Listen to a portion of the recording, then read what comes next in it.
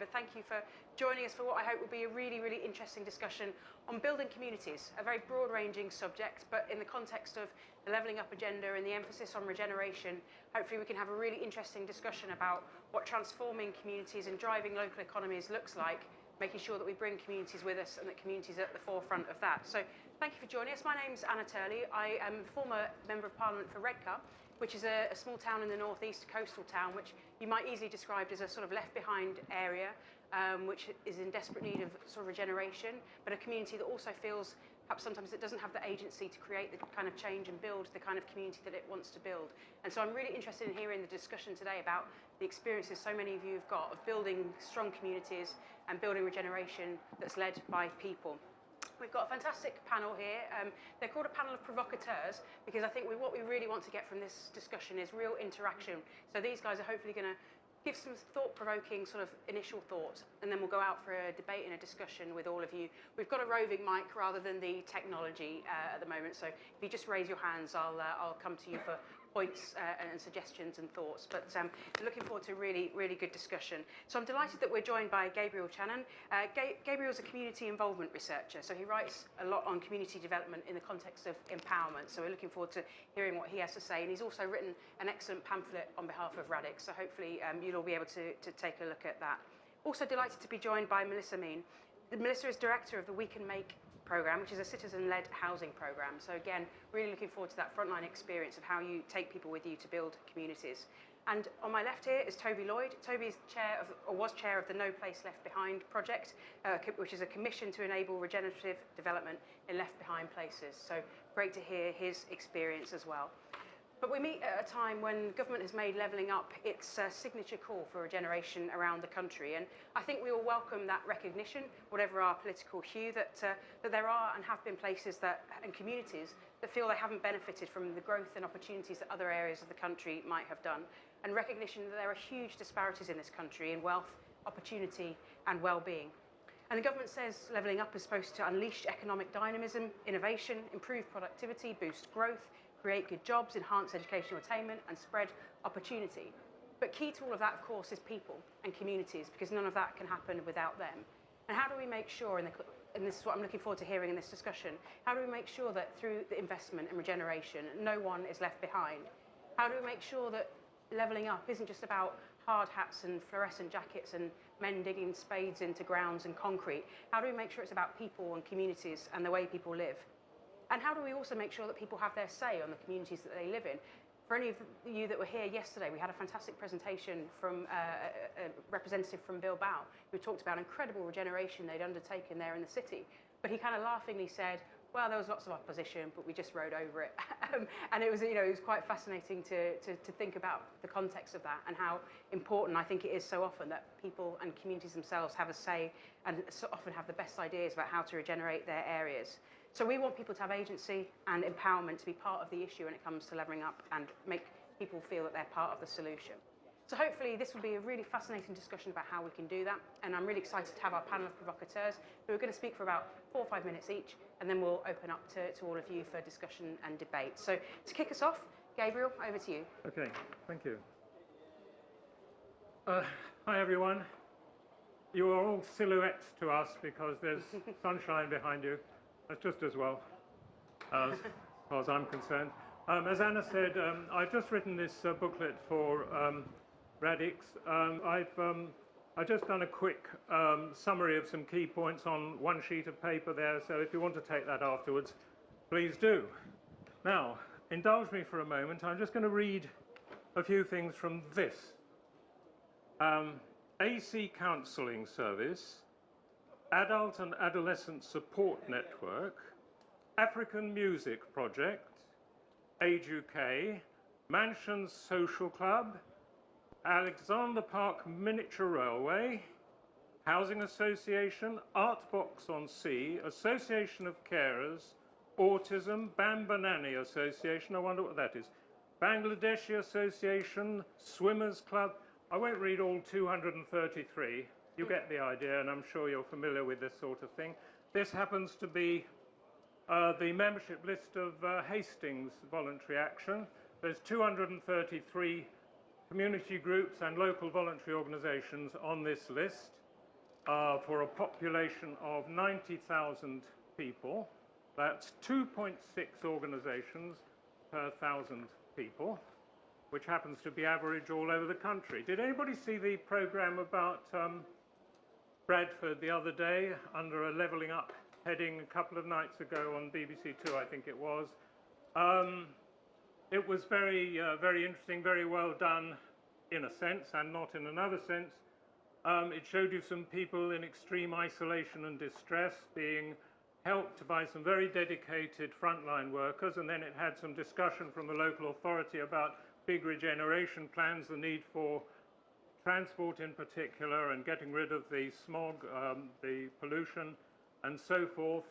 There was a big hole in the middle. They didn't mention that there are 1,500 community groups in Bradford.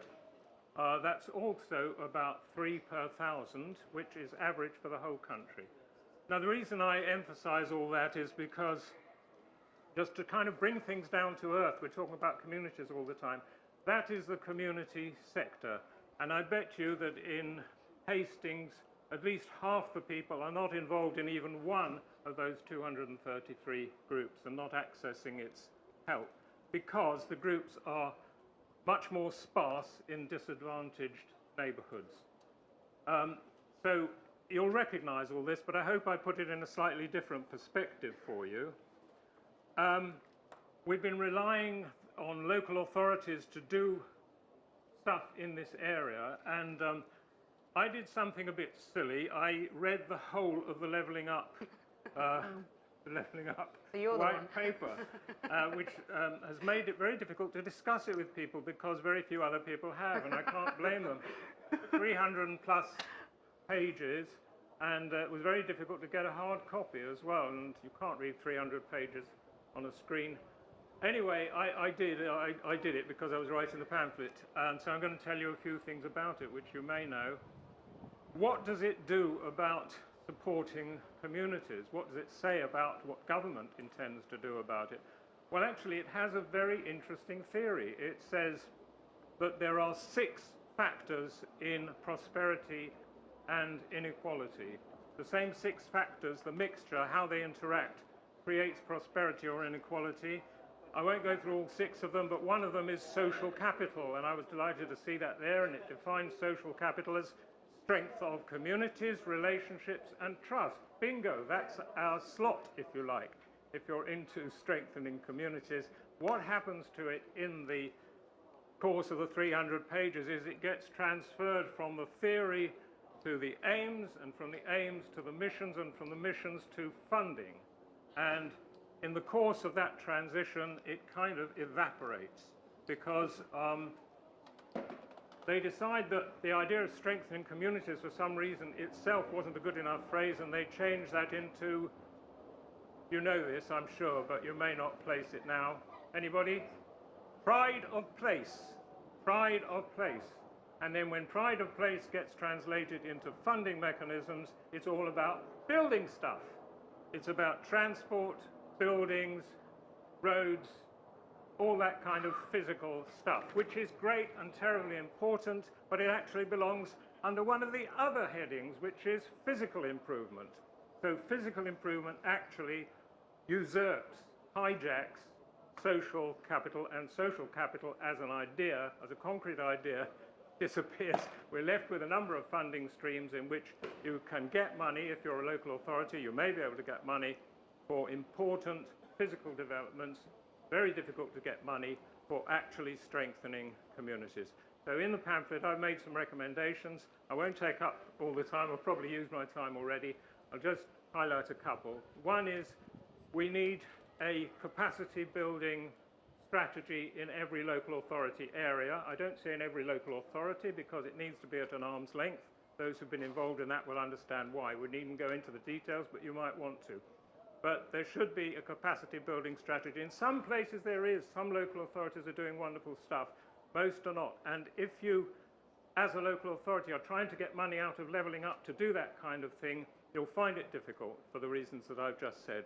So we need a change in the narrative. So long as things are, people have been talking about empowering local authorities, great, but until they are more empowered, the government, we need a national plan, we need national criteria, and we need criteria specifically about strengthening communities. The other thing is, there's another thing that starts well at the beginning and disappears in the course of the plan, and that is what they call granularity.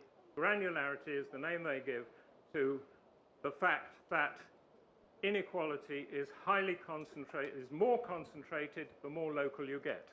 So the difference in healthy life, in healthy length of life between regions, like the northeast and the southeast, is 6 years. The difference between different neighbourhoods is 18 years. Different neighbourhoods also in all areas, okay?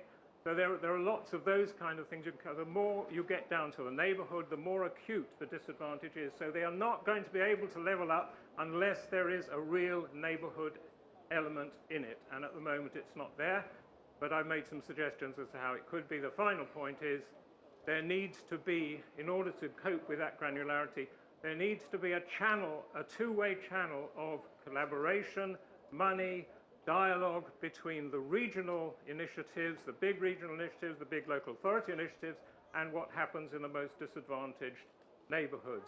There are lots of things that could be done. We might go into them in the discussion, but it needs to be there. There needs to be, I've suggested something perhaps called a co-production unit in every region, whose job is to make sure that if you're into doing the big stuff at regional level, some of your efforts, some of your money, a lot of your discussion goes into direct connection with disadvantaged neighbourhoods. Thank you very much. Brilliant. Thank you so much.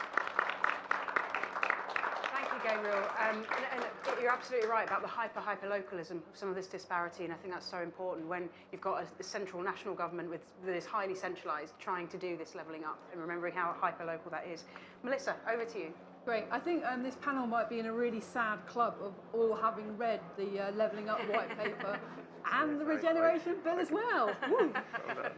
Nice. Anyone else? Welcome to join that club too. Anytime.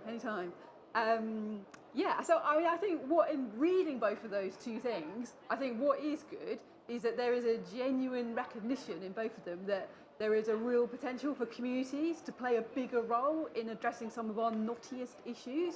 And I think that recognition has come from the pandemic, when you saw the agility, the compassion, the creativity of our neighbourhoods and communities stepping up to address that. And you're seeing that again now in the cost of living crisis. Who's stepping up, who's stepping in? It's our neighbourhoods and it's our community businesses that are doing that again. So the talk is great. If you look beyond the talk, it's not so good. And I think there's like three stark things that kind of that hit out to me.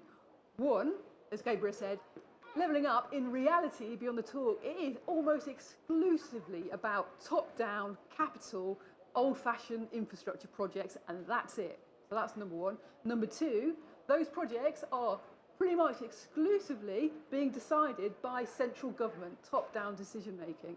And they're making communities compete for those and compete against each other. And then I think the third thing that's really striking is just how much is missing from the levelling up agenda.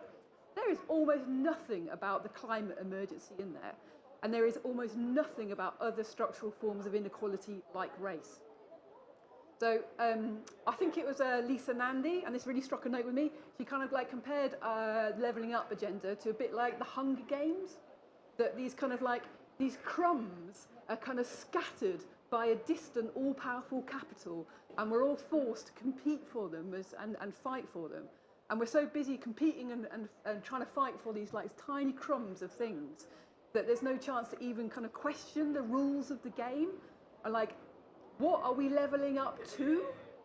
You know, is anyone talking about the extreme levels of inequality that, and you know, we talk a lot about levelling up, but I'm not sure that you can even do levelling up without a much more unpopular discussion, which is about possibly levelling down. So the top 10% of our kind of population hold 45% of the wealth in this country. If we're not talking about that, I don't know if we have the means to actually level up. And then another really good thing I read, which I highly recommend, Onward, which is centre-right think tank, look back at the kind of 40 years of regeneration policy and programmes of what's actually worked. And the two things that I highlight out of that is the only programmes that have worked, despite the billions and millions that have gone in, the only ones that have worked are those that have had a really high level of community ownership and control in them. And the only ones that have worked, the second kind of distinctive quality, is that they've invested in the soft social infrastructure as much as the hard infrastructure capital. So, brilliant. We're talking about those things at least, and that does feel like progress across left and right. We're beginning to talk about these things, but there's very little actually doing it. So, kind of reflecting on that, kind of drawing on in my experience on the kind of bottom up, kind of community level, about what's the actual experience of trying to do community, like levelling up, rather than just talking about the theory of it. So I'm going to just talk about quickly about experience of Knowle West, which is a neighbourhood in South Bristol, and our community-led response to the housing crisis. And I think there's maybe like 4 things that we did that might be quite helpful in thinking about levelling up. First, we took time to really imagine and explore together about what better housing might look like. So what a better future for housing might be like. You know, and we put an arts practice front and centre in that to creatively explore that. So it was a safe space, an inclusive space, a playful space to think about what might be possible. Worked with a brilliant artist, Lily Green, to create a community chat show where we explored these in glorious kind of technicolor kind of detail. And the result of that is that our community came up with really radical, innovative ideas of opt-in densification, using little microsites scattered in back gardens in between buildings to put in homes exactly where people need them. So elders can downsize, or eldest kind of sons and daughters can actually move out the family home. So we've got a really nice kind of new model of how to do housing, to deliver homes at the point of need. The second thing we did is actually give people a direct role in setting the rules of what gets developed. So rather than just complaining or kind of screaming no at the last point of planning, people actually deciding how many houses, what they look like, what the materials are made of, through a community design code. So absolutely community in charge there. Third thing we've done is localise the production of those homes. So rather than just kind of barracks coming in, dumping some kind of boxes, generic boxes there, and then kind of hoovering up all of the profits, what we've done is set up a community fabrication factory, training local people to build the houses. And so that means we're hanging on to much more of the value of development locally in terms of jobs and skills. And we're actually building the kind of houses we want. Low carbon, easy to maintain, actually kind of reflect the character of our local neighbourhood. And then the fourth thing is that land and those homes are permanently in community hands in the form of a community land trust. And I will say, community-led homes are the best form of affordable homes because they're affordable forever, because they're exempt from right to buy. So invest there. So I think like the learning from this and kind of like how it applies to the levelling up agenda, I think it's less about empowering communities and giving communities power. You know, we didn't wait for somebody to give us power to get on and do this stuff. We just got on and did it. It's actually about recognising the power, the assets, the know-how that's there in our communities, and trusting that, investing in that, and giving that the capacity to get on and kind of do.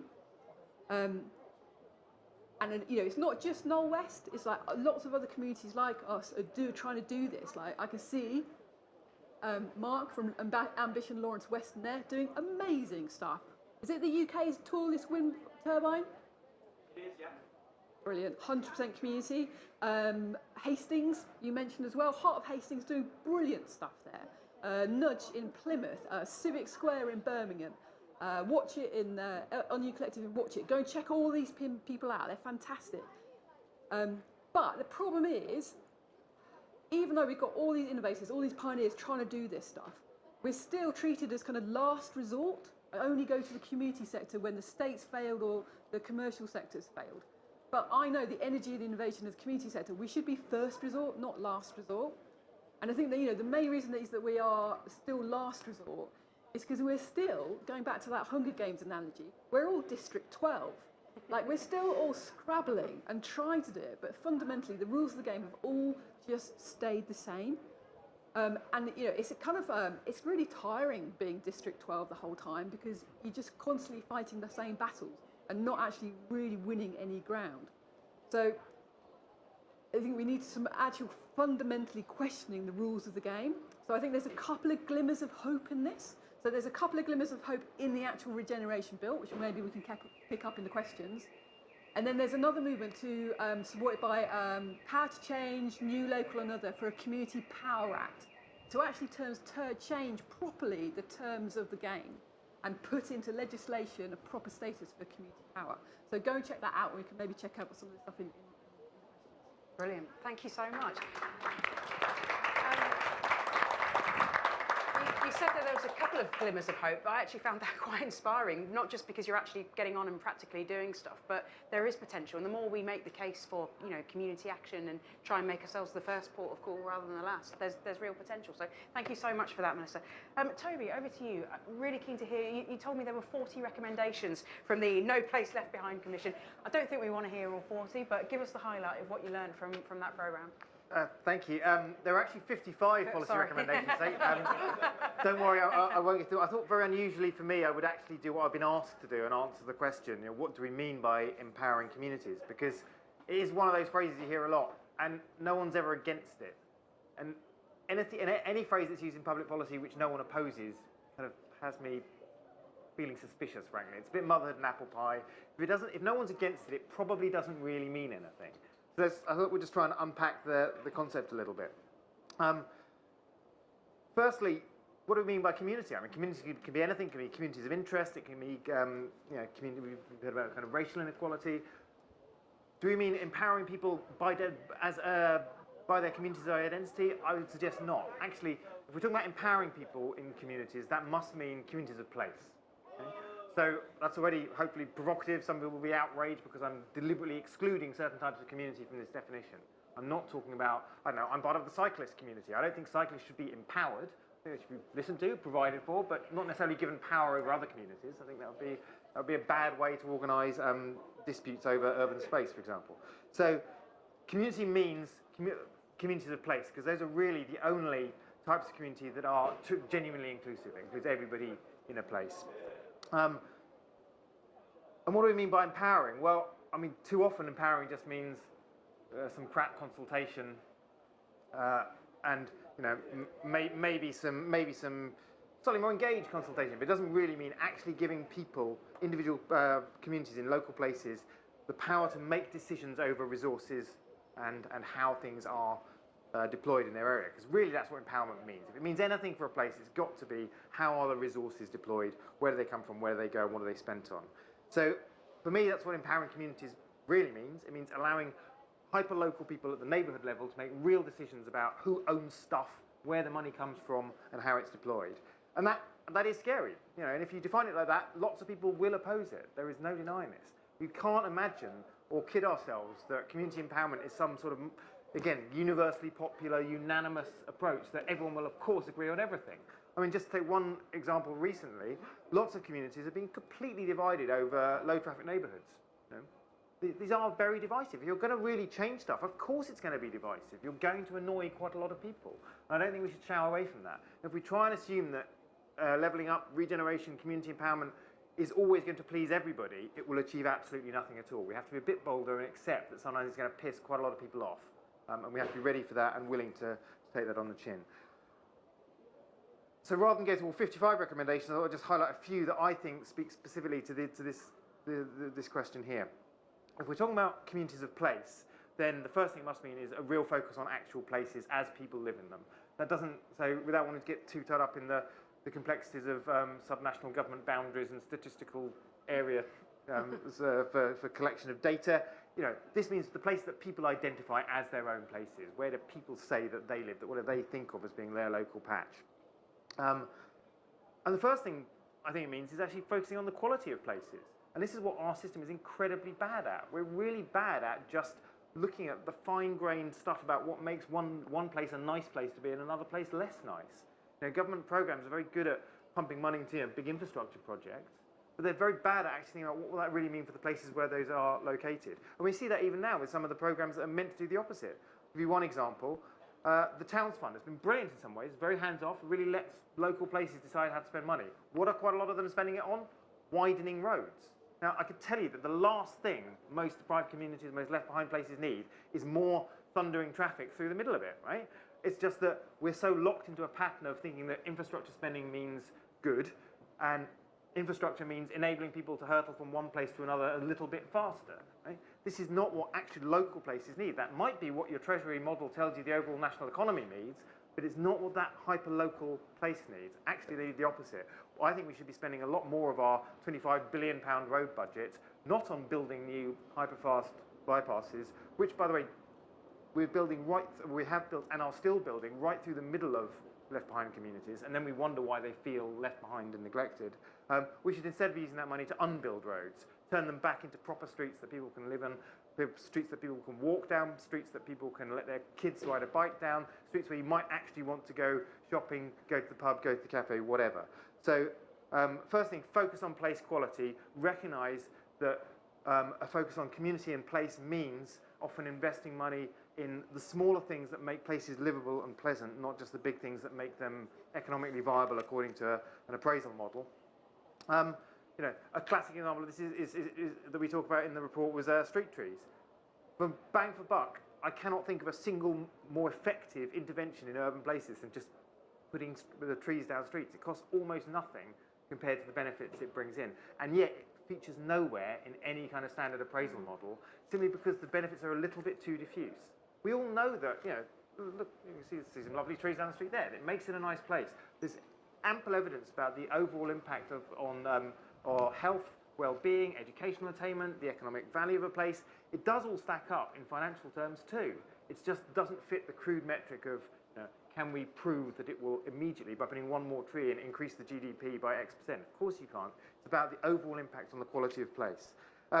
Second thing, I would say that empowering communities therefore must mean is as Gabriel was saying, it's about, you know, what are communities? They are actually institutions, complex ecosystems of different types of organisation. You can't expect a community to just magically cohere and unanimously agree on everything. Like everything, it's a social organisation, a social organism. It's complex, it's diverse, and we have to recognise that in some places it's lacking. You know, we don't have enough voluntary and community sector organisations in some places, particularly the places that need them. And so one of the first things we have to recognise is a need to support the capacity of these places to develop new institutions. And again, I'd like to pay tribute to Mark and the big local programme more generally, which has done just that by injecting, frankly, trivial amounts of money in government terms, but at that hyper-local, very, very hands-off, trusting way to the most left-behind places in the country. And it's had phenomenal results simply by trusting local people to identify what they would do with £1 million in their patch. And I love the way that they approach this with the idea that it's £1 million. It's enough to get attention. It sounds like a lot of money, but it's a rounding error in terms of even local government funding settlement. Right? It's trivial. It's not going to actually bring in consultants to tell you how to spend it. It's not going to widen the bypass, but it can be transformative in the way a community thinks about itself and what it does for its local patch. And then finally, I would say that empowerment of communities means ownership. Right? It's not enough just to talk about how you can maybe improve services, and if you're not careful, that can easily end up back in the big society trap of expecting the voluntary sector to step forward and do for free what the government has decided it can't be bothered to do on our behalf, which is the last thing we need. If we're going to be serious about community empowerment, that has to involve taking ownership of assets. Otherwise, all of that effort just gets bled out through the property system, ultimately. I'll be the third person to reference Hastings. The example we used there of Hastings was a fantastic building on the high street that had been left derelict since the 1980s. Familiar story. Every city, every town has similar empty buildings, and people wonder, why is that thing still blighting the high street 30 years later? People assume it's just neglect, like no one's bothered doing anything. It's worse than that. The Hastings example, that building had been traded 10 times and had 13 planning permissions granted in the 30 years since it was left derelict. Every one of those owners, bar one, was making money on the deal, right? You know, they were pushing through a planning permission and then flipping it to someone else. That was actively bleeding money out of that place, as well as blighting the community and kind of acting as a waste of local resource. So we have to be serious about a community right to buy. We have to be serious about enabling local communities not just to kind of do nice things, but to tackle the problems of delinquent ownership, of neglectful property owners, who at the moment have all of their rights enshrined above those of the community. And I think with those three things, focus on the quality of place, an understanding of the kind of complex ecosystem that makes up a voluntary and community sector, and a focus on enabling them to actually take ownership of assets, we can make empowering communities not just a kind of glib, empty phrase, but something that really means something. Thank you so much. Thank you. I'm standing up because I'm having trouble seeing you all silhouetted, but our provocateurs have provoked, and now I want to have a conversation with you guys and want to hear from you, so we'll probably only come back to them at the end of the discussion. My lovely friend Sophie at the back has the roving mic, so if you put your hands up, I'll try and take probably sort of in batches of 3, but then we'll come around for the next sweep. So there's a gentleman down here. Thank you. Do keep your hands up and I'll try and get hold of you. Tom from the Community Land Trust Network. Melissa mentioned the Community Power Act and Toby mentioned the community right to buy. I want to sort of be provocative back and say, shouldn't we stop talking about bespoke powers for the community and start actually putting the community ownership power into the mainstream system? So yesterday I posed the suggestion, Temple Quarter is going to be redeveloped in Bristol. Bristol City Council's happy to see Melissa do a little bit of stuff down in Knowle West and Mark down in Lawrence Weston. Why isn't Bristol City Council putting the community right into the heart of what happens in the Temple Quarter and bringing community ownership of land into that? That isn't the community having to exercise some convoluted bureaucratic right to do something or other. It's just them being put into the mainstream system. That's what we should. I'm Mivan from Democracy Club. I'm interested in how communities fund themselves, how they become sustainable. Like, are they dying out, actually? Like, given that there is no money available, what are good examples of sustainable communities that you've seen? Come back to the panel for some thoughts and reflections on those. Toby, would you like to respond? I mean, to answer Tom's question, yes, you're absolutely right. Of course, at the moment, community ownership is very much kind of crumbs from the table, and in fact, often it's not even that, frankly. We have a panoply of community rights which are complex, bureaucratic, and rarely result in anything at the end of a complex bureaucratic process anyway. You know, I can't think of a better example than the big society debate which we had 10 years ago now, where the government proposed the community right to buy, that communities should have the power to buy assets of community value in their neighbourhoods, and they even legislated for it, and they created the Assets of Community Value Register, where you can register that you as a community have an interest in that asset, and at the end of the day, what can you do? Well, they kind of rode back from actually offering a community right to buy, so instead we have the community right to bid, which means the right to offer the landowner money, which, let's face it, you already had. So, we now have this weird situation where you can register your asset, your community asset, as something that you're interested in, and then you can do nothing about it apart from offer the landowner money, and they can just say, no, thank you very much.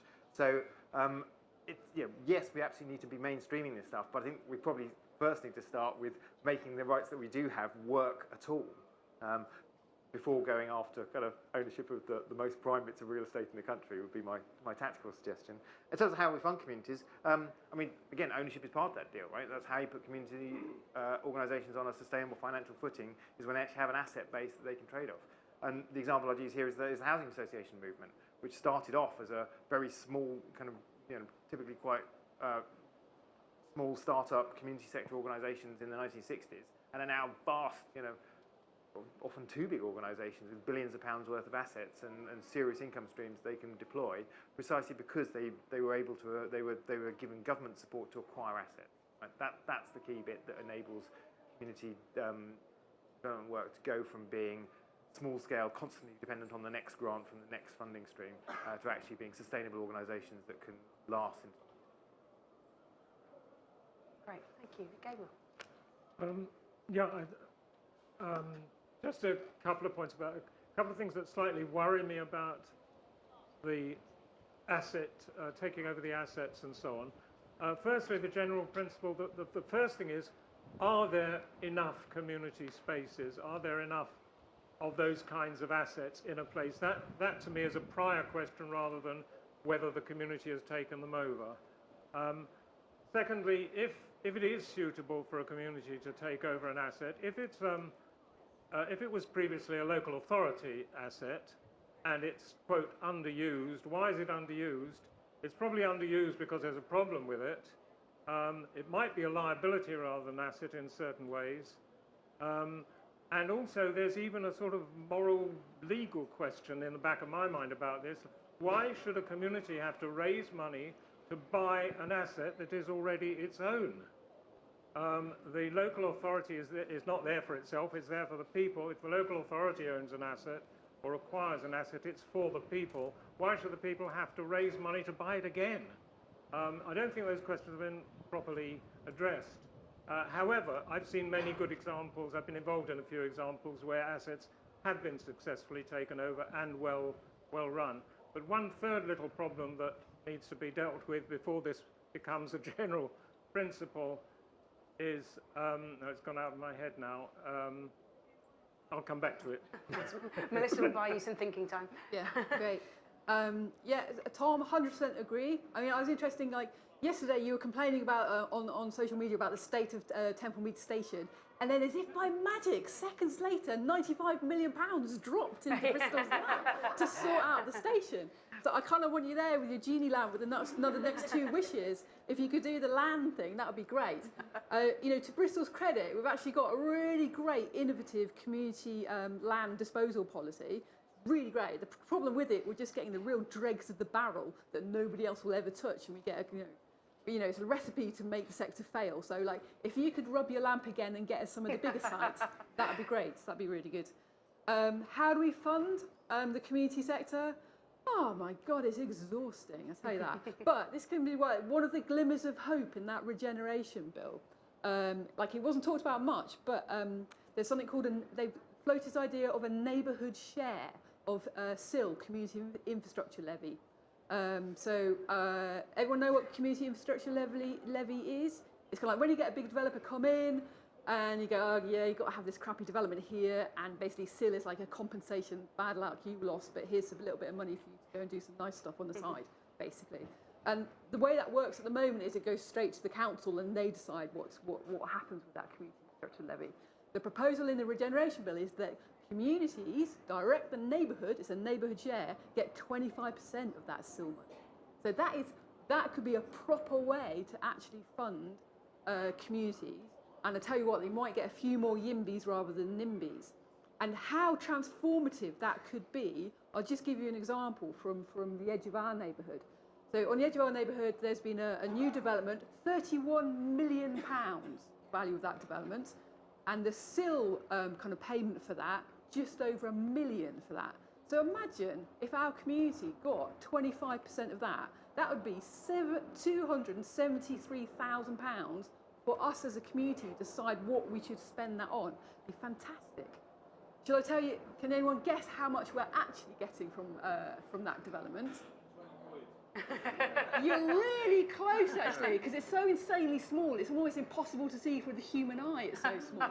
At the moment, the best offer that's on the table at the moment is £600, which is 0.001% of the value of that development, which is quite insane, really. And that offer is only there is because there's a planning condition that says the developer must make a contribution to public art. And the developer would like us to buy a sign with that. And I'm guessing because it's a public art thing, they want to us to go and buy it off Etsy rather than Amazon. But, it's almost insane that it's just, it's a joke. So that's why there's a slight glimmer of hope in that regeneration bill. If we can change that, then we can actually get some money going into the community sector. At the moment, however, the way that neighbourhood share is construed is only for parishes, rural areas, and only communities that have got a neighbourhood plan, which, if any of you try to do a neighbourhood plan, it's one of the hardest things in the world ever. So it needs to be reformed so we can actually open up that power so it applies to all communities, not just those that are privileged and powerful enough or small enough that they can get a parish council or can get themselves together to get a neighbourhood plan. But that is one of the glimmers of hope in this. Great, thank you. You see the real sort of difference between what's expected and the reality on the ground there. Fascinating. Great, we've got a few more hands here. Hi, Sophie, if you could come down to the front and then to the lady behind. I guess this might be related to the second slide or question there.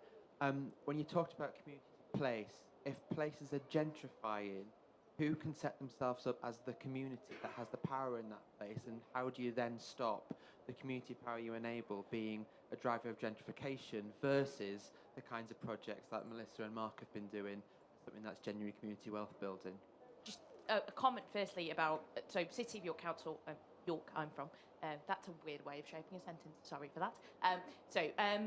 About basically competing for funding pots, and sort of we're in tier 3 for most of those. York obviously in the north, but not seen as needing regeneration. Although levelling up regeneration seem to be the buzzwords that every minister that visits us like to say. Obviously we need planning reform, we need business rate reform, and everything else. Going back to the levelling up paper, views on community buy-in to devolution, or what this government sees as the way of devolution, and how to persuade people that if this is going to work, how is it actually going to transform a power down to communities? Because we're currently in the process, and it doesn't seem to be implying that it will. Brilliant, thank you. So I'll go to the Slido questions and then see if there are any others in the room. So Penny has asked, Melissa, you made the error of saying there are glimmers of hope in the regeneration bill. Now you're going to be asked to say what those glimmers of hope might Already be. said it, there was only one. It was the neighbourhood share. Well, we might come back to that in a bit more detail. Unless, where's Penny? Would you like a supplementary? Would you like to follow up on that? But Sophie, no, you're happy with that response? There's only one glimmer of hope. Okay, well, we'll cling on to that one glimmer. Nick has asked, should there be a democratic aspect to community empowerment, and what role do parish councils play? Some areas still have those, parish councils kind of ably doing fantastic, but very often unseen work in their local community. So what role do they have in that? And then there's an anonymous question, what is the most sustainable and financial way to regenerate seaside and rural communities like those here in southwest England? So a huge range of questions there, but feel free to grab whichever of those you'd like to answer. Gabriel. Okay, I can't answer all those, of course. So taking the last one about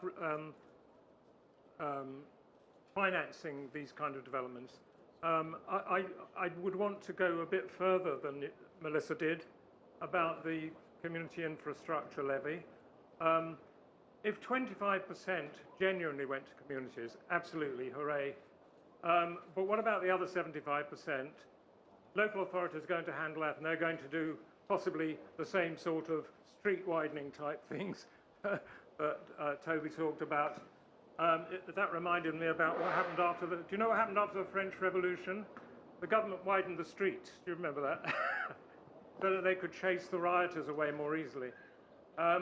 That's probably not why it's being done in places here, but it may be similarly antisocial. But the point that I've got it in the pamphlet somewhere, the community infrastructure levy should be applied to all big new regional developments, not just the housing. And it should probably not be called the community, it should be called something else, but it should be expanded in the way that's already been flagged up, but it should be applied to everything, and that would give a good stream of money. I mean, going back to the Levelling Up plan, it does give something of a vision about constant regional development. Now, if regional economic development really happens, it is sort of happening a bit, but if it happened in a big way, that means the GDP, the economy of the region as it's measured conventionally, would be constantly going up. Why should not part of that stream straight back into communities, not just through the housing developments? I'll leave it at that for the moment. Great, thank you. I'll move on to Toby. Would you like to pick a few of those? And I'd be particularly interested, you mentioned the Hastings model, and one of the questions here obviously refers to seaside communities, so perhaps you could talk a bit about the opportunities there. To be honest, that's too big a long question to unpick in the last minute we got here. Very quickly, identification, I accept it's a massive challenge. I don't think that you can start from an assumption, though, that you need to start excluding people from your definition of community just because you feel they're the wrong sort of people. I think that's a very dangerous road to go down. So communities do change, populations do change. If we're serious about community empowerment, we have to include everybody in a place in that.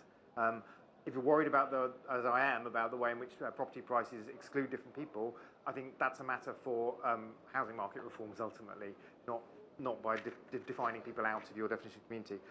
One more glimmer of hope in the Levelling Up and Regeneration Bill, or the LURB, as they call it within, they genuinely do within Whitehall. There's one really good thing in there, very technical, but it's a change to the compulsory purchase rules. They've just consulted on further changes to.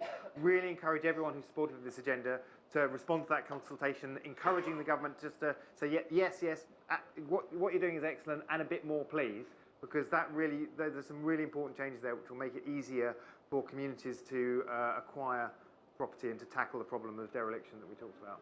Great, thank you. And finally, given we're running out of time, Melissa, over to you. Could you particularly perhaps say something about the democratic aspect to answer the question here about parish councils and others?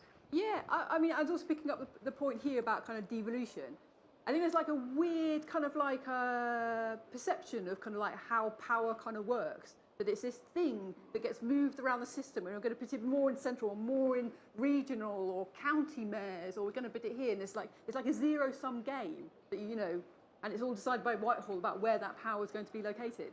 I think community power is actually much more radical and generous and expansive than that. And when you get people coming together, doing stuff together, new power is actually generated, and it gives the possibility of doing more stuff, not just taking power from other places, but we're actually generating it ourselves. So that's my optimistic note to end it on, is that we need to generate our own power sources, and then we can maybe turn the terms of the game to more, so the odds are in our favour. Fantastic. Well, thank you so much to our panel. Please give them a great round of applause. Thank you. And thank you all for joining us and for your participation as well. And hopefully you can continue this conversation here and over coffee as well. So thank you all for coming.